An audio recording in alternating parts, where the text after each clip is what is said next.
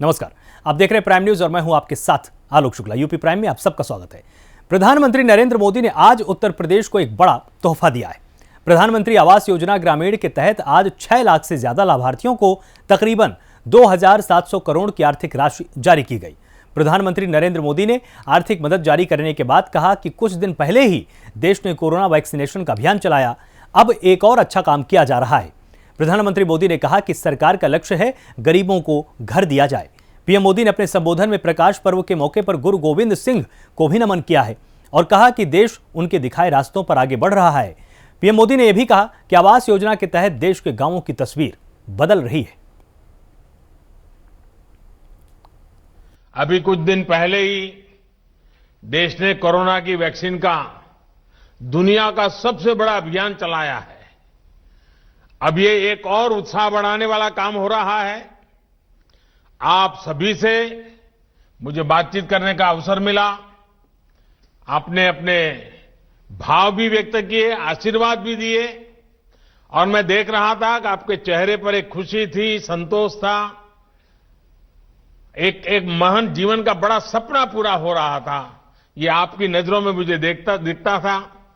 आपकी ये खुशी, आपके जीवन में सुविधा भरे, यही मेरे लिए सबसे बड़ा आशीर्वाद होगा। और प्रधानमंत्री आवास योजना ग्रामीण के सभी लाभार्थियों को मैं एक बार बहुत बहुत बधाई देता हूं। आज के इस कार्यक्रम में उत्तर प्रदेश के राज्यपाल आनंदीबेन पटेल, कार्यक्रम में मेरे साथ जुड़ रहे हमारे कैबिनेट के सहयोगी श्रीमान नरेंद्र सिंह जी तोमर, उत्तर प्रदेश के यशस्वी मुख्यमंत्री श्री योगी आदित्यनाथ जी, उत्तर प्रदेश के ग्रामीण विकास मंत्री भाई महेंद्र सिंह, अलग अलग गांवों से जुड़े इन सभी लाभार्थी भाइयों बहनों, आज दशम गुरु श्री गुरु गोविंद सिंह जी का प्रकाश पर्व भी है। इस पवित्र अवसर पर मैं गुरु गोविंद सिंह साहब के चरणों में प्रणाम करता हूं।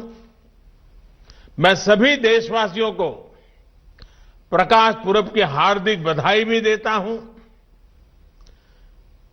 ये मेरा सौभाग्य रहा है कि गुरु साहब की मुझ पर बहुत कृपा रही है।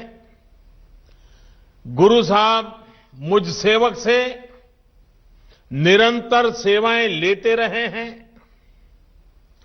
सेवा और सत्य के पथ पर चलते हुए बड़ी से बड़ी चुनौती से भी लड़ने की प्रेरणा हमें गुरु गोविंद सिंह जी के जीवन से मिलती है।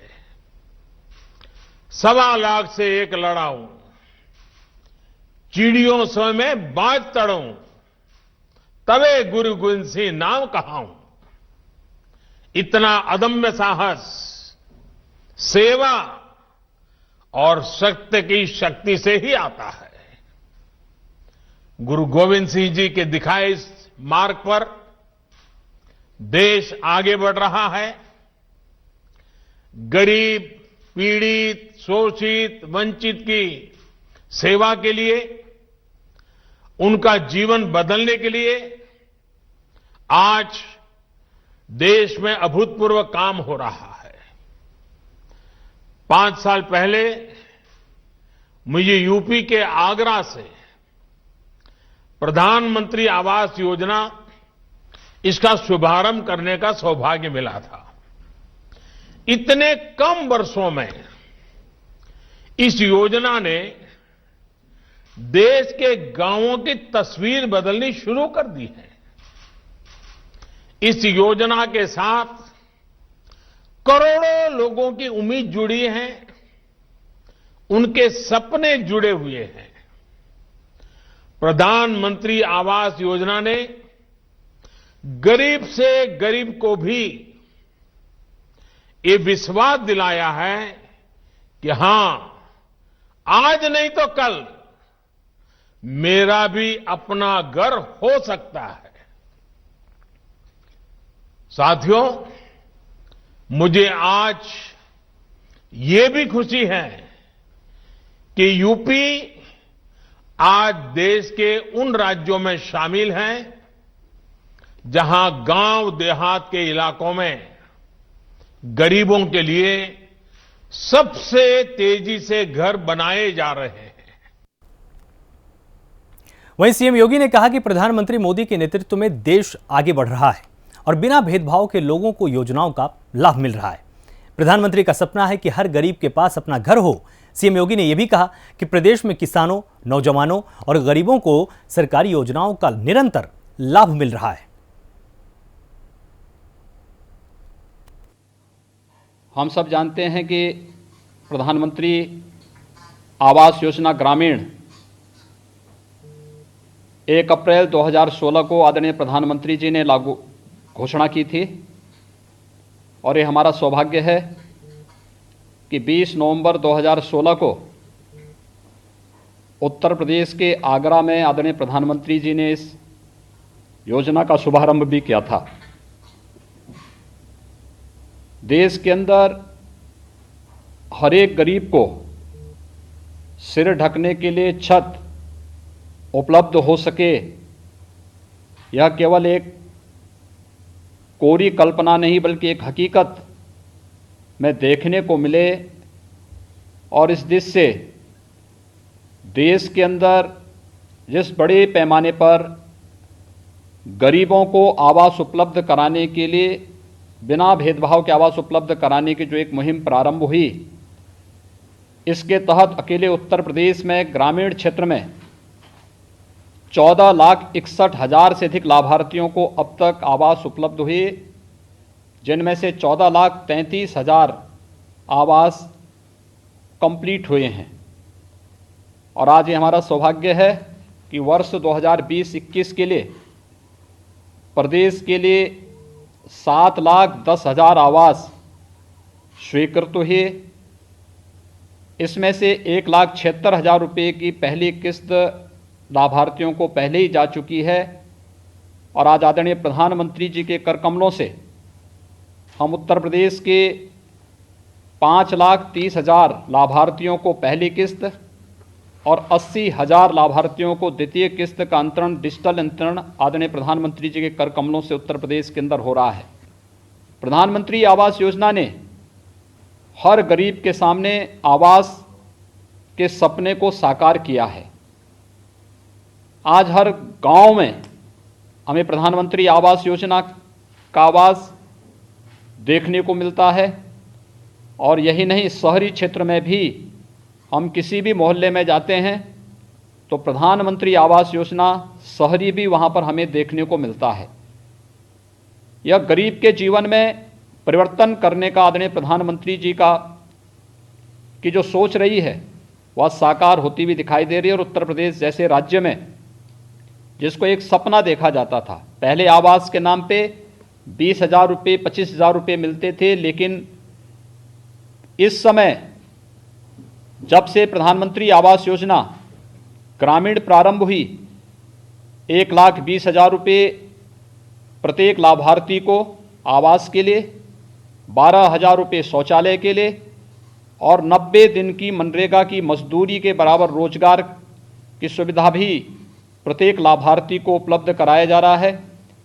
नक्सल प्रभावित क्षेत्रों में मिर्जापुर, सोनभद्र, चंदौली जैसे जनपदों में यह राशि 1,30,000 की आवास के लिए, 12,000 शौचालय के लिए और 90 दिन की मनरेगा की मजदूरी रोजगार की दृष्टि से उसे उपलब्ध करवाने के साथ ही उसे उज्ज्वला योजना के अंतर्गत रसोई गैस की सुविधा, हर एक लाभार्थी को सौभाग्य योजना के अंतर्गत विद्युत का निःशुल्क कनेक्शन उपलब्ध करवाने, हर एक लाभार्थी को आयुष्मान भारत योजना के अंतर्गत स्वास्थ्य बीमा का कवर उपलब्ध कराने और केंद्र और राज्य सरकार की हर एक योजना के साथ साथ विगत 3 वर्षों से एक अभियान चला करके सहजन के पौधे भी उन सभी घरों में लगाने का एक बड़ा कार्यक्रम प्रदेश सरकार ने चलाया है।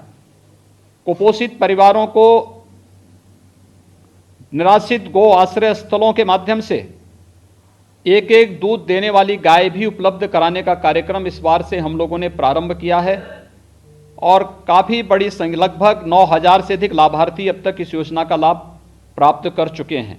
आज जब एक साथ 6,10,000 से अधिक लाभार्थी इस योजना का लाभ प्राप्त कर रहे हैं, मैं इस अवसर पर आदरणीय प्रधानमंत्री जी का हृदय से स्वागत करता हूं, अभिनंदन करता हूं और उनका मार्गदर्शन, उनका सानिध्य देश के अंदर योजनाओं का लाभ बिना किसी भेदभाव के हर एक गांव को, हर एक गरीब को, हर एक किसान को, हर एक मजदूर को, हर एक युवा को जिस तत्परता के साथ प्राप्त हुआ, यह अभूतपूर्व है।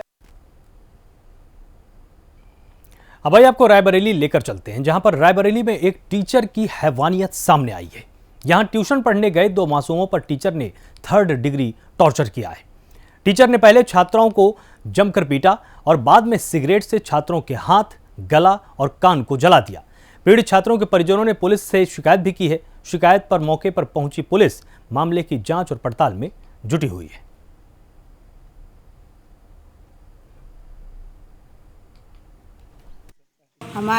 मेरे साथ मेरा छोटा भाई को जलाए हैं। कौन जलाया? टीचर ने। आप लोग कहाँ गए थे? हम लोग पढ़ने आए थे। किस चीज़ से जलाए आप लोग को?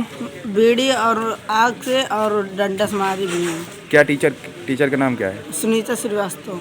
पढ़ने आते थे आप? जी। कब की घटना है? 2-3 दिन की पहले। कहाँ के रहने वाले हो आप? बस्तीपुर की। आज आपके साथ क्या हुआ है? आज तो कुछ नहीं हुआ। अभी टूटने नहीं है, आज टूटा नहीं है। तो मेरी आंटी हमको मोमबत्ती चलाई और डंडा से मारी है। आप कहाँ गए थे? हम कहीं नहीं गए थे। नहीं, कोचिंग पढ़ने गए थे या घर पे थे? कहाँ गए थे? कोचिंग पढ़ने आए थे। तो क्या हुआ आपके साथ? हमारे साथ वो मोमबत्ती जलाई थी और माचिस भी जला गए। किसने जलाया? मेरी आंटी और अंकल। अंकल भी थे? जी। क्या मामला हुआ है? हमारे साथ वो सुनीता ने जला दिया बच्चे को। टीचर परसों। क्या करने आते थे बच्चे यहाँ? पढ़ने आते थे ट्यूशन।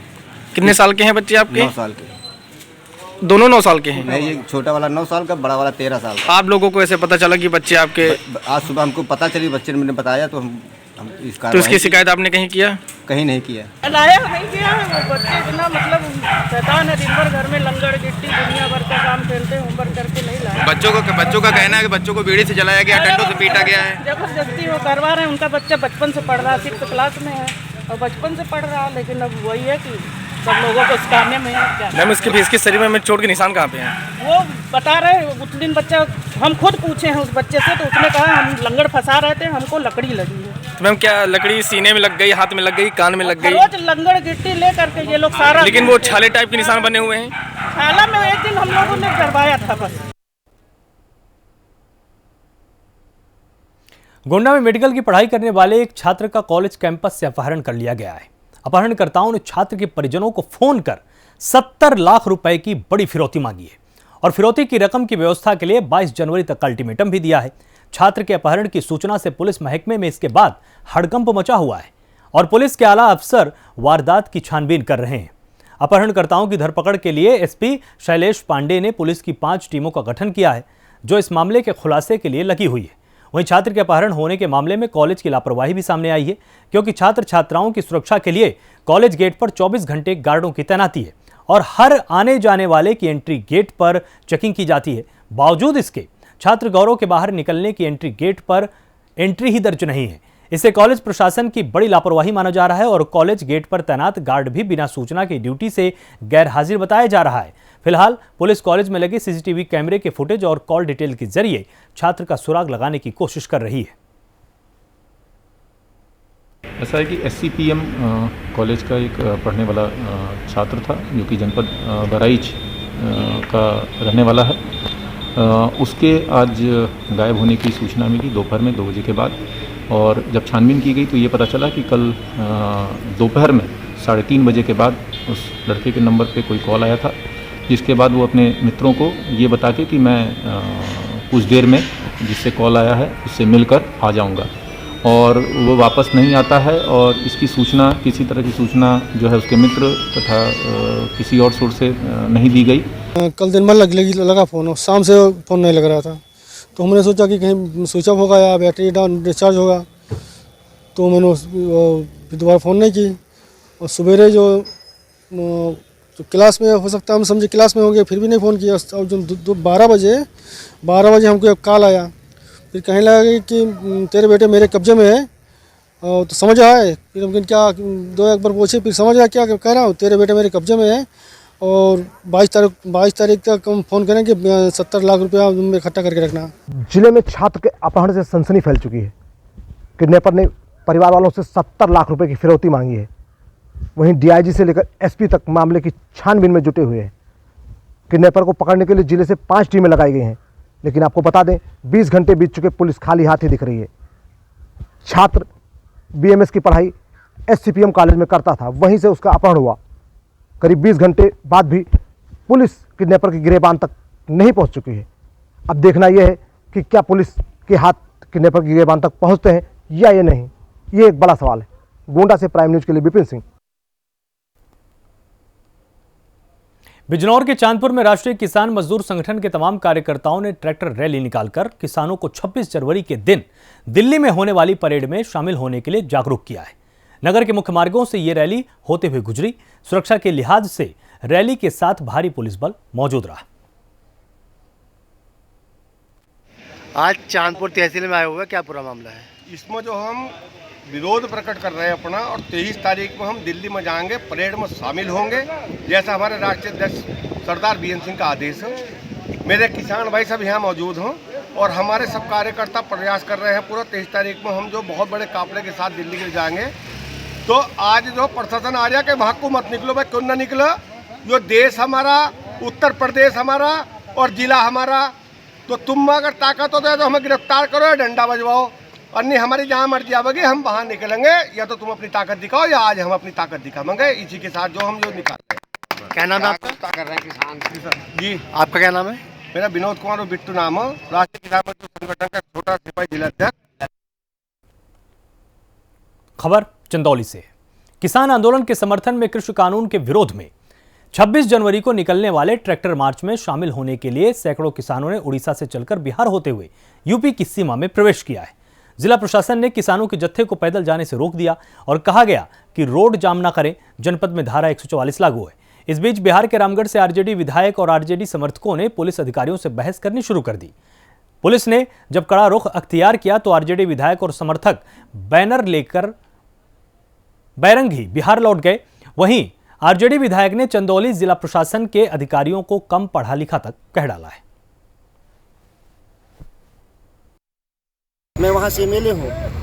हमारा जो किसानों का जो जत्था जा रहा है दिल्ली उड़ीसा से, उस जत्थे का हम लोग एकजुटता के लिए बिहार से हजारों किसान इनके साथ यात्रा में हम शामिल हैं। जो इनके साथ हम लोग यात्रा में दिल्ली तक जाएंगे। यह हमारा जो आंदोलन है यह राष्ट्रीय आंदोलन है, कोई एक प्रदेश का आंदोलन नहीं है। दुर्भाग्य से यहाँ के जिला प्रशासन के लोग खड़ा थे, कह रहे थे कि उड़ीसा के लोग जाएंगे, बिहार के लोग नहीं जाएंगे। बहुत आश्चर्य हुआ। क्या बिहार इस देश में नहीं है? क्या बिहार के किसान इस आंदोलन में भाग लेने के अधिकारी नहीं है? फिरोजाबाद में एक वारंटी को पकड़ने गई पुलिस पर आरोपी के परिजनों ने ही ईंट पत्थरों से हमला बोल दिया। इस घटना में एक सिपाही गंभीर रूप से घायल भी हुआ है। मौका देखकर मुख्य आरोपी वहां से फरार हो गया। आरोपी को गिरफ्तार किया गया है और घटना फिरोजाबाद के थाना टुंडला क्षेत्र के गांव गढ़ी भक्ति की है, जहां एक मामले में पूर्व प्रधान बनवारी लाल के न्यायालय से गिरफ्तारी के वारंट जारी हुए थे, जिसको लेकर लाइन पर चौकी पुलिस पूर्व प्रधान बनवारी लाल को गिरफ्तार करने के लिए गई थी। और पुलिस ने जैसे ही आरोपी को गिरफ्तार किया, अचानक आरोपी के परिजनों ने पुलिस पर हमला बोल दिया। जमकर पुलिस पर पथराव भी किया गया। इस घटना में चौकी इंचार्ज आनंद कुमार मामूली रूप से घायल हुए, जबकि सिपाही पवन कुमार गंभीर रूप से घायल हुए।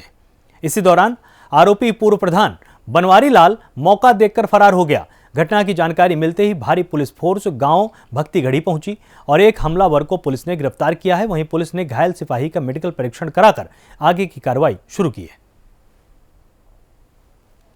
थाना टुंडला के अंतर्गत ग्राम भक्तिगढ़ी में एक वारंटी को पकड़ने पुलिस टीम टुंडला गई हुई थी और वहां पुलिस से मुजामत किया है उनके परिजनों ने और उस वारंटी को भगाने में सफलता प्राप्त की है। इसके उपरांत पुलिस ने फिर से रिकलेक्ट करके और एक व्यक्ति को गिरफ्तार कर लिया है। सुसंगत धाराओं में मुकदमा लिखा जा रहा है, गिरफ्तारी के प्रयास किए जा रहे हैं। इसमें कितने लोग घायल हैं सर? 1-2 पुलिस कर्मियों को चोट है।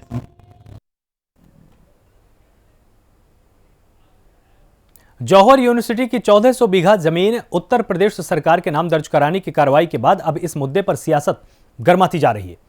उर्दू के मशहूर शायर और कांग्रेस पार्टी के नेता इमरान प्रतापगढ़ी और भोपाल मध्य के कांग्रेस विधायक आरिफ मसूद ने रामपुर पहुंचकर आजम खान की विधायक पत्नी तजीम फातिमा से मुलाकात की। इस मौके पर मीडिया से रूबरू होते हुए उन्होंने कहा कि भारतीय जनता पार्टी की सरकारों को विश्वविद्यालयों से हमेशा तकलीफ रही है, वो चाहे अलीगढ़ हो, जामिया हो, जेएनयू हो या जौहर यूनिवर्सिटी हो।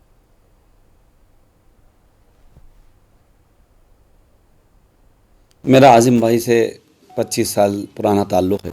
मैंने उनके साथ काम करा है राजनीति में, और बराबर आजम भाई के ऊपर हमले हो रहे थे।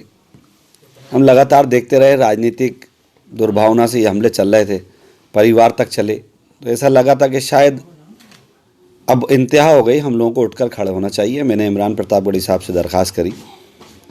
इमरान भाई कई बार ये बात कह चुके थे कि मुझे आजम भाई से मिलने जाना है, तो हम दोनों ने आज ये तय करा कि अपन आज चलते हैं और ये मुहिम चलाते हैं इस देश के अंदर कि हक़ की आवाज़ को कब तक दबाया जाएगा, किस इंतहा तक दबाया जाएगा, उसके ख़िलाफ़ किसी को तो खड़े होना पड़ेगा।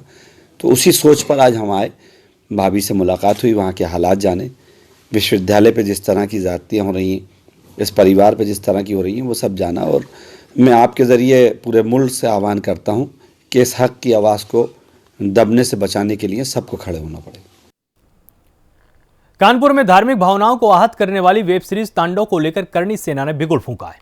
हिंदू धर्म के खिलाफ हो रही आपत्तिजनक टिप्पणी और वेब सीरीज में गलत शब्दों के प्रयोग को लेकर करणी सेना के प्रदेश महामंत्री शिवांशु चंदेल ने बिगुल फूंक दिया है। शिवांश ने प्रेस कॉन्फ्रेंस में बताया कि फिल्मों के कुछ कलाकार और निर्माता निर्देशक जानबूझकर हिंदू धर्म के खिलाफ टिप्पणी करते हैं और हिंदू मुसलमान को लड़ाने का काम करते हैं। वेब सीरीज जो अमेजॉन प्राइम पर रिलीज हुई है, इस संबंध में प्रेस कॉन्फ्रेंस का करणी सेना जो है तांडव वेब सीरीज का विरोध करती है।